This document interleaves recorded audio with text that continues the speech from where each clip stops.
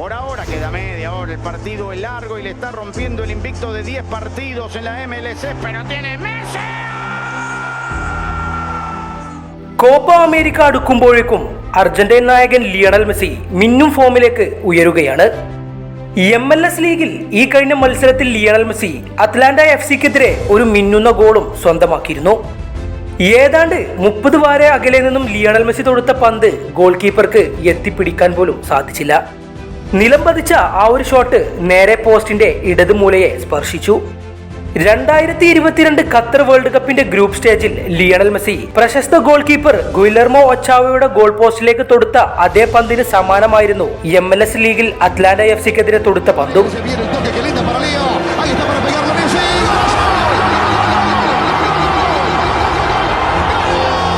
മെക്സിക്കോക്കെതിരെ അന്ന് നേടിയ ഗോളിന് സമാനമാണ് ഇന്ന് ലിയണൽ മെസ്സി അറ്റ്ലാന്റ FCക്കെതിരെ നേടിയ ഗോളും.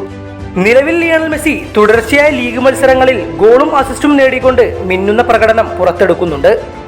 ഇത് 2024 കോപ്പ അമേരിക്കക്കൊരുങ്ങുന്ന അർജന്റീൻ ടീമിന് ശുഭപ്രതീക്ഷ നൽകുന്നതാണ്.